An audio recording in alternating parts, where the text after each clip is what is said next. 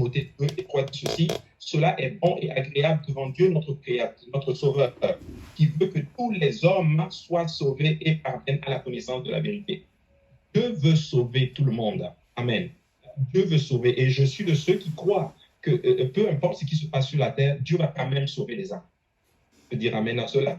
Alléluia. Hier, j'ai enseigné à la prière au collège.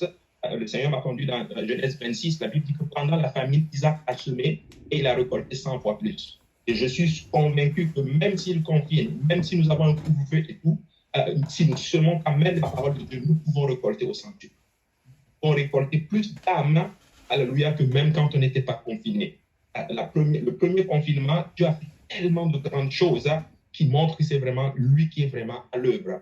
Et je veux exhorter le peuple de Dieu. C'est la volonté de Dieu que les hommes parviennent au salut. Alors nous devons juste nous aligner à cette volonté-là, à prêcher la parole plus que jamais via Zoom, via tous les moyens que nous allons avoir. Regardez, on est connectés, 93 personnes connectées en ce moment. Ça se peut qu'il y a des gens d'autres pays qui nous écoutent en ce moment. Voyez. Donc, c'est des opportunités, je crois, que le Seigneur va nous donner et nous pouvons transformer, je dirais, cette vallée en une oasis.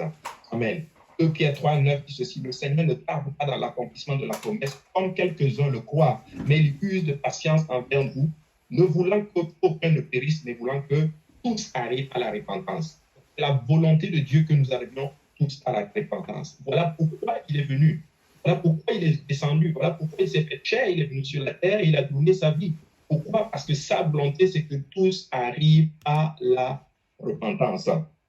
Marc 16 et 15 dit ceci. Puis il leur dit, allez partout le monde et prêchez la bonne nouvelle à toute la création. Celui qui croira et qui sera baptisé sera sauvé. Alléluia. Et moi, je suis tellement convaincu que nous devons prêcher la parole de Dieu plus que jamais. Hein? Nous devons la prêcher. Alléluia. En saison, hors saison, il faut la prêcher et ça ne tombe pas dans des oreilles de sourds. Quand tu